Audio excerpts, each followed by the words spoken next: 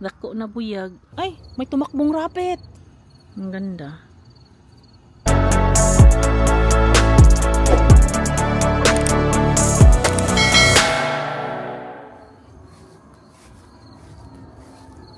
Hi guys, nandito ako sa kabilang bahay today.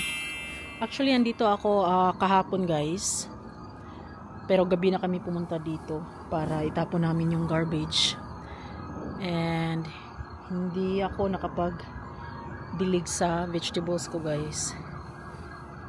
Ayan, so today sabi ko kay Daddy J na kailangan kong pumunta today para mabigyan ko sila ng tubig and mai-update ko ang maliit ko na garden.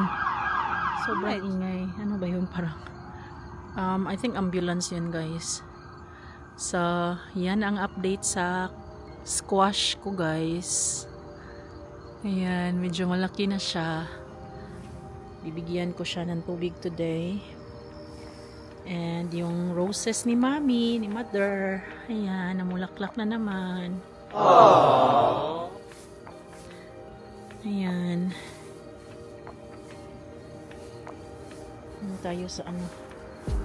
Itong mga squash na itinanim ko dyan guys. Wala na yung chance guys kasi ano na, September na guys. And then papalamig na din. Ayan, may bulaklak oh. Nandito sa raised bed ko, ayan yung okra. Ayan, diba? Ang bilis lang oh. Ito, pwede na to guys. I-harvest ko to guys. While okay pa siyang i-harvest. Kasi itong mga, ito, ayan oh, matigas na guys. Ayan oh. Tigas na.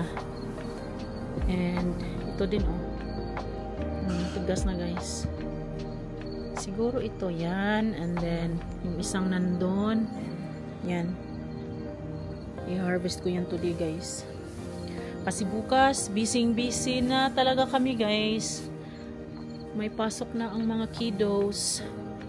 Yan ang tomatoes. Yan, may nakita akong hinog guys oh. Mamaya i-harvest ko yan. Lemongrass. Ang cucumber guys, siguro ano, hindi na tayo makasurvive. Yan. No? Na. Ayan o. Yan, meron pa dyan o. Yan, may mga kunting green pa pero I don't know.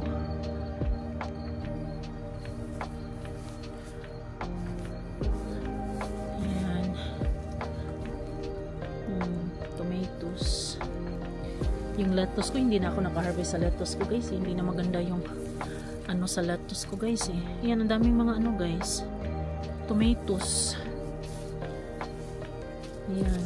Diyan meron din oh.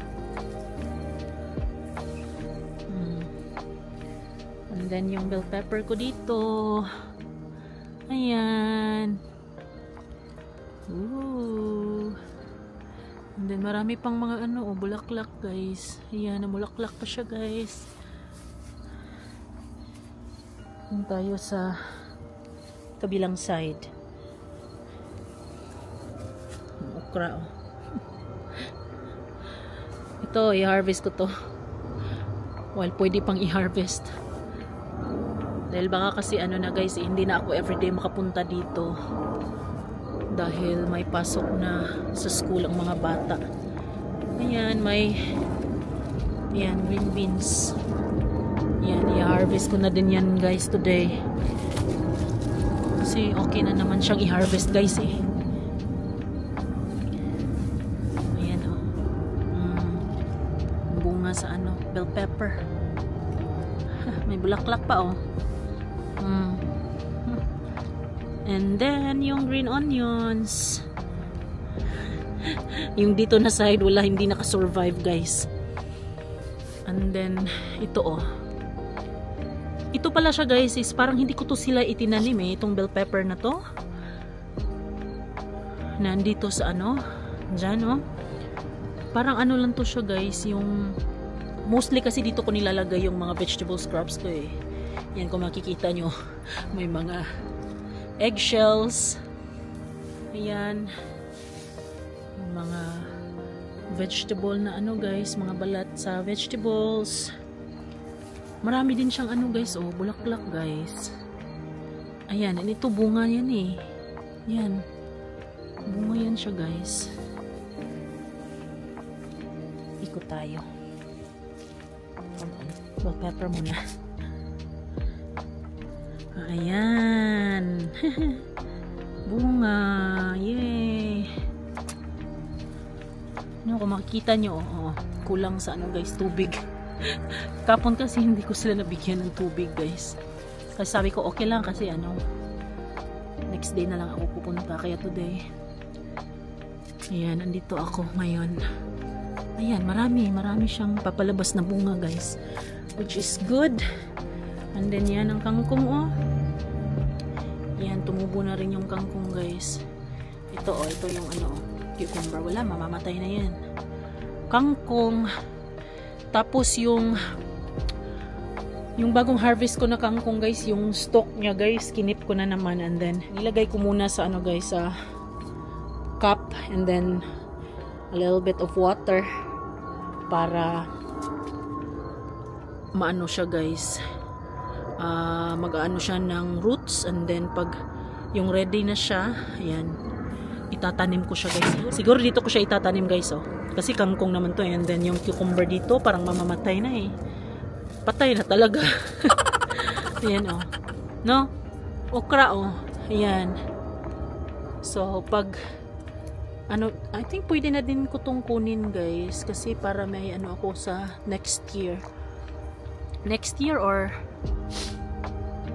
depende guys, pag wala kaming plano next year na ano, magbakasyon, baka magtatanim ako. Pero kung may plano kaming pumunta somewhere na malayo, and then matagal, baka hindi na lang ako magtatanim kasi sayang guys eh. Walang magbibigay sa kanila ng tubig tapos mamamatay lang, no? Ito, oh. Yan, i-harvest ko to. Okra. Marami akong ma-harvest na okra today guys. Ayan. And then yung lemongrass, tanglad. Tomatoes dito. Wala pang hinog kasi kaka-harvest ko lang guys the other day eh. Ay, pero merong ano, isa, parang isang hinog nandun sa baba guys. Basta mamaya ko na kukunin yan guys. And ito namang talbos ng kamuti, tingnan nyo guys, marami na siya. Yan, siguro ano, pagkabalik ko na lang dito ko i-harvest to guys, para meron na naman akong kilawin guys, kinilaw na talbos ng kamote. Sweet potato tops. Ayan, this one, ito yung onions, green onions ko guys. Ang bell pepper. Ayan, may ano na siya, oh. May bulaklak na siya guys, pero hindi talaga siya makaano kasi naanuhan siya ng tomatoes guys eh. Tapos dito, ayan, may parang papalabas na mga bulaklak. Ayan ang bunga dito. Wow! Wow! Ayan. And then dito, diba? And then more bunga. Ooh! And then meron pa yan sa likod guys. Yan o, laki na, buyag. Malaki na siya guys. No. And then meron pa ba? Ayan. Yay! Ayan. Ayan guys. Tapos iikot ako mamaya. Ang kangkong, ayan, kaka-harvest ko pa lang nito guys. Kangkong din to, oh. Yan, yung ano pala to, talbos ng kamuti, yung ano, yung last na harvest ko. Tapos yung stalk niya, kinip ko din guys. Ayan, itinanim ko ulit. Ayan, nag-start na namang ano guys, nagsilabasa na ang mga dahon. Tomatoes. Merong maliit na hinog guys. Tingnan nyo. Sobrang hinog. Ayan.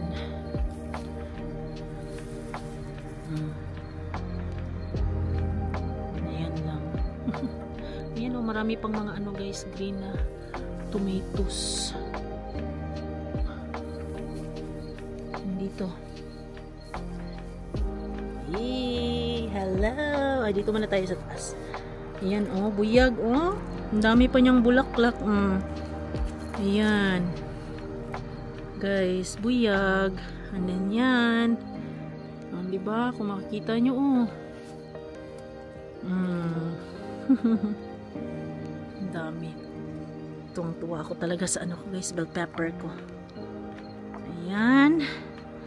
And tadan! Diba guys? Dako na buyag. Pera buyag. And dito sa kabila. Sa baba, wala ba to siya? Wala. Walang. Yan lang siya. Ayan. And that one. Diba? Ayan, marami pang mga bulaklak guys. So, that means to say, dadami pa ang bunga nito guys sa bell pepper ko. So, bell pepper pala talaga lahat guys. Walang lumabas na sili. Kasi nung ilipat ko sila guys, hindi ko na maalala kung na-mix ko ba sila guys. Kasi una talaga is, doon ko silang lahat itinanim sa raised bed. Yung parang seeds pa lang sila. Doon ko sila sa raised bed itinanim. And then, nung lumaki na sila guys, hindi ko na maano kung bell pepper ba or sili. Ayun, basta nilipat ko na lang sila dyan. Kaya sa mga ibang ano ko guys, sa mga ibang vlog ko, sinasabi ko na bell pepper or sili, chili. Hindi ko na malala. Pero ayan, ngayon nakikita ko parang all of them ano guys eh. Parang lahat sila bell pepper guys eh. Ayan. Yan lang ang update guys. So, bibigyan ko sila ng tubig and then siguro after pag ano guys, maglilinis ako kunti doon sa harap ng bahay. Meron na lang parang isang part guys na gusto kong malinisan kasi parang nawala na yung shape niya guys sa ano guys. Mamaya siguro maipakita ko sa inyo. And before that, ayan, ipapakita ko sa inyo ang kahoy na itinanim ni mother. Sige nga, lalabas tayo guys.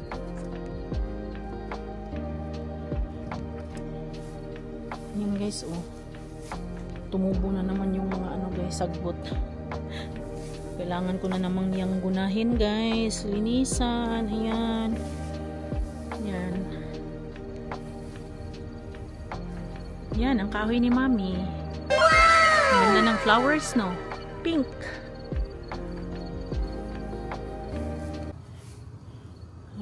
Ay, may tumakbong rabbit. Sayang, hindi ko na ipakita. It's rewind time.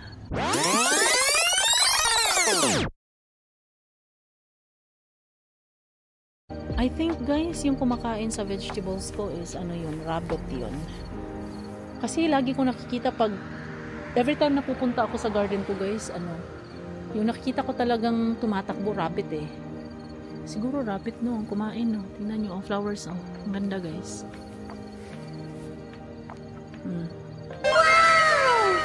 Ang ganda. Yung mga itinanim ko na purple na ano guys, nakalimutan ko ng pangalan eh. Malimutin si Inday, matanda na talaga. Ayan, hopefully mabubuhay pa. Bibigyan ko sila ng tubig today. Ayan. Ayan. Meron pa naman siyang at least mga ano guys, dahon. Pero tingnan nyo. Pero may dahon pa naman guys. Ayan. Then, yan. Yan guys, mga sagbot yan guys. Kailangan ko yung siyang gunahin. Yan yung, napaka ano guys. Ano, maraming tinik. Spiky yung ano niya guys, katawan. Kaya pag ginuna ko yan guys, pag tinanggal ko yan siya guys, gamit yung ano ko, guna or sundang ko. Kailangan naka ano ako, gloves ako or sometimes ano, pag hindi ako naka-gloves guys, ginaganon ko na lang sila guys, tapos hindi ko na hinahawakan. Kasi ilang beses na ako na ano guys, natinik niyan guys eh. Ang sakit pa naman guys, nako, sobra. Ayan oh. Merong mga patay-patay guys, pero at least may dahon pa sa baba. Okay na lang yan guys, kaysa wala na talaga. Ito yung itinanim to ng mother-in-law ko guys eh. Sa lahat ng itinanim niya dito guys, sa side na to, yan lang isang nabuhay. So yung mga iba na namatay guys, tinanggal ko na lang. Kasi yan, namulaklak na guys. Ayan. Dumadami na rin sila. Nilabong na siya guys. Dumadami na. Ayan, dami ko nang gunahin na sagbot guys. Sagbot. Diba? Sagbot. Kailangan kunin ko yan sila guys para magstay yung parang shape ng ano guys. Ng space na to dito.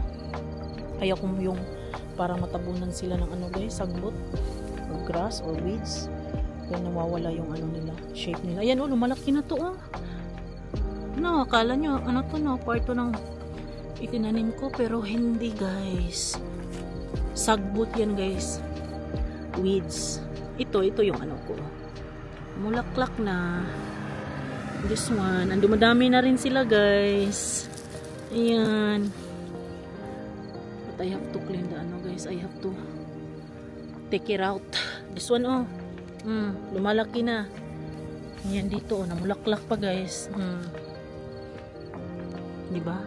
Parang part lang siya sa ano halaman na itinanim ko, pero hindi. Si mother nagtanim nito guys eh. Yan. Maganda din ang flowers nito. Diba? Ayan. Kung makikita nyo yung line guys, diba? Sabi kasi ni Daddy J, wala na, parang na dadaw ako sa kabila guys na property, kaya ginanon ko ulit dito. Kung mapapansin nyo. Yan, nahiwi mo lang guys, pag linya-linya guys. Ayan, lipat tayo sa kabila guys, ipakita ko sa inyo yung sinasabi kong puno ng kahoy na nilinisan ko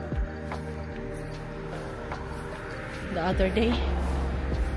So ito yung sa harap guys, ayan, medyo okay pa naman siya guys, pero meron ng mga ano, yan, mga weeds na ano guys, kukunin ko yan. Yan, kasi hindi pa talaga namin sila na triman guys. Yung mga ibang mulch na nabili namin, hindi pa namin nalagay, baka next year na yun malagay. Ayan, sagbot yan, mga sagbot yan guys, kailangan ko yung kukunin. Pero mabilis lang ang side na to guys eh. Ayan mas maganda kasi guys pag ano yung always mo silang na ano guys, na natatanggalan ng mga weeds, grass, para hindi sila lalong dadami guys. Ayan. So ikot tayo dun sa likod guys. And sa other side. Mulch next year na namin to gagamitin. Yun yung soil guys, dinandahan kong ano guys, nilipat sa ano guys, sa ibang mga vegetables ko. Nagdagdag ako ng soil dito guys, and then sa bell pepper, and then sa onions, kunti lang ang onions ko eh. Okay, so punta na tayo dun sa kabila guys. Ito kailangan ko din tong lilinisan guys. Yan tumubo na naman ang mga ano dyan guys mga weeds. Okay, dito na naman tayo sa kabila guys. Medyo may araw pa naman guys so at least meron pa akong time na i-update kayo. Ayan dito guys. So this ano guys, fall, meron ako itatanim dito. Siguro tulips. Kasi hindi nabubuhay ang vegetables dito guys kinakain. Kasi ito guys, yan, kahoy yan guys. Kailangan ko itong putulin or else talagang lalaki talaga yan guys. Yan, dito tayo sa labas.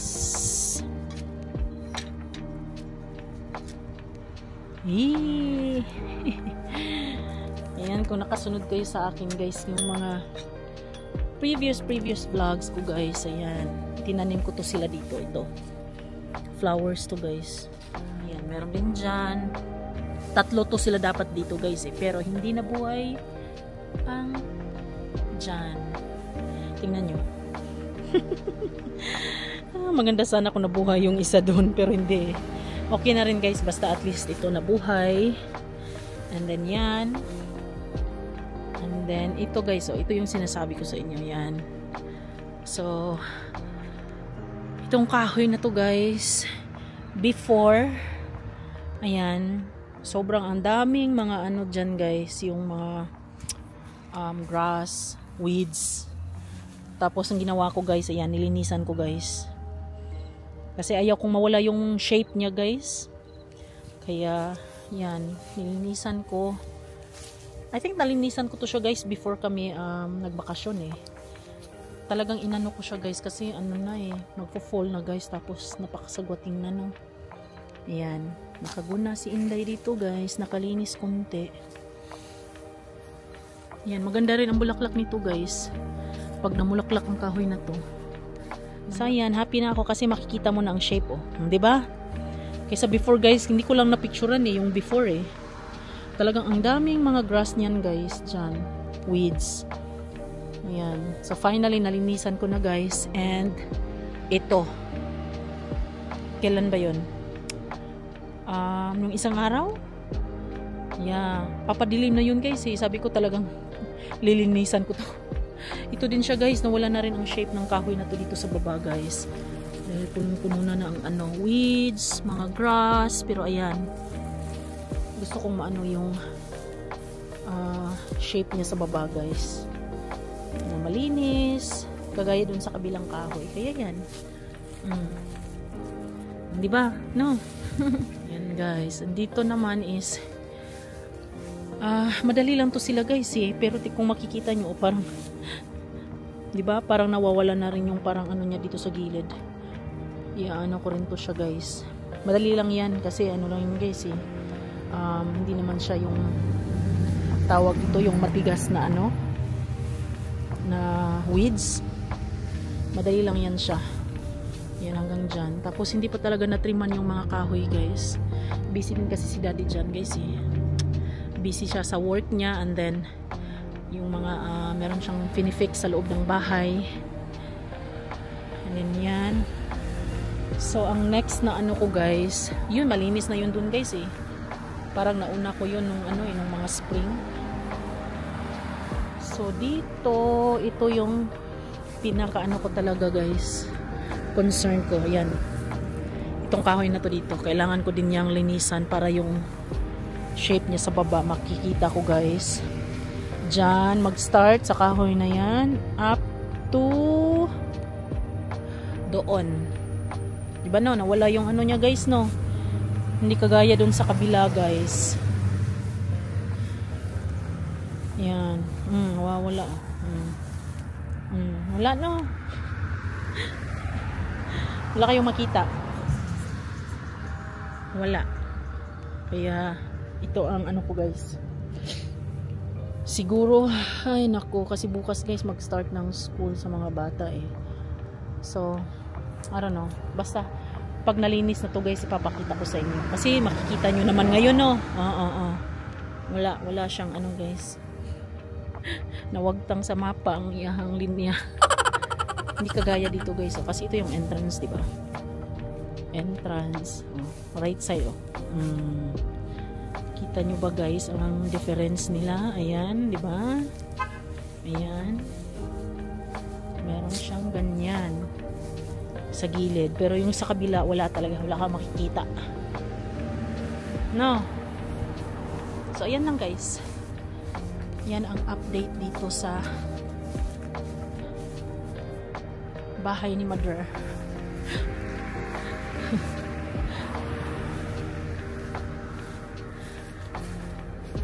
Ayan, malaki ng lilinisan ko guys. Hindi ako matapos-tapos kasi pag natapos ko naman yung sa kabila or sa ano guys, yan, tutubo na naman yung ibang mga ano guys, yung kailangang lilinisan. Ito dito oh, Kailan ba yon? Kinunan ko din to ng ano dito guys, yung mga tumubong mga weeds. Kasi ayaw kong dumadami sila guys eh. Tingnan nyo ang cactus oh.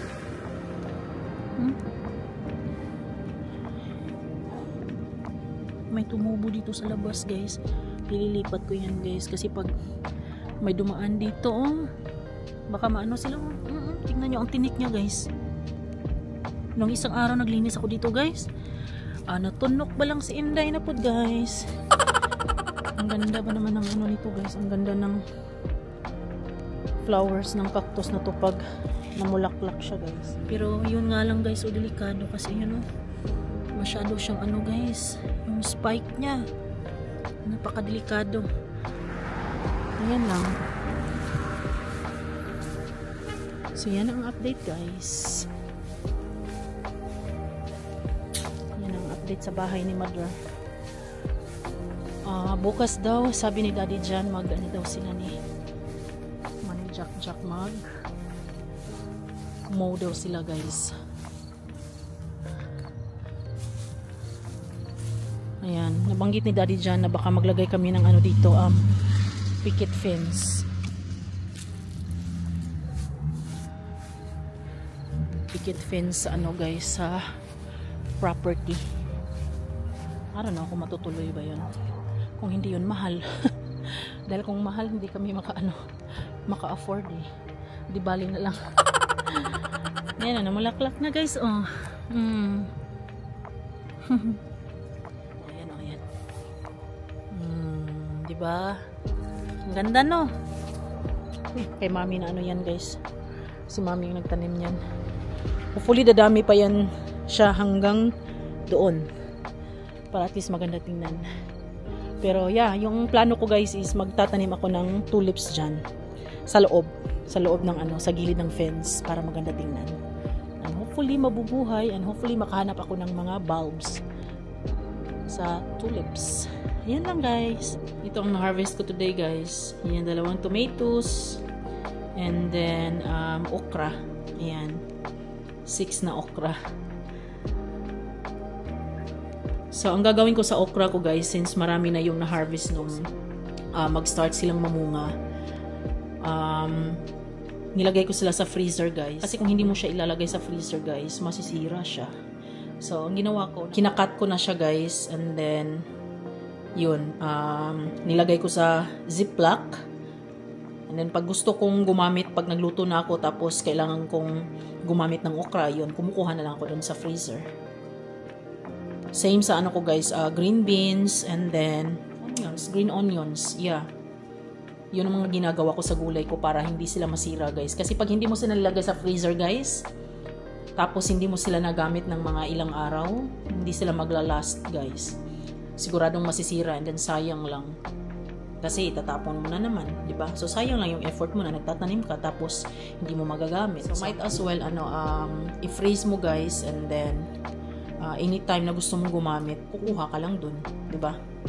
So, yun yung tip na maibigay ko sa inyo, guys. So, whatever na meron kayong mga vegetables na pwedeng i-freeze nyo na. Tapos, yung cucumber ko pala is, hindi kasi siya pwedeng ma-freeze eh. So, ang ginawa ko, guys, kinat ko yung mga cucumbers ko and then nilagay ko sa jar. And then, nilalagyan ko ng vinegar and then onions. Yun. Para at least meron akong magagamit pag gusto kong kumain ng cucumbers and then maglast din siya guys. I don't know how long, basta nakita ko lang guys na pwede pala yun. So yun ang ginawa ko. Ayan, itatanim ko siya guys siguro dito. Ay, sorry, aray ano, roses. Kasakit ba ni mong rosisa ka? Tunok ko guys. Ayan, natinik na naman ako guys. Ano akong tinik? Hold on. Kita nyo ba? Hindi makita. Ay nako, natunok na sad ko guys.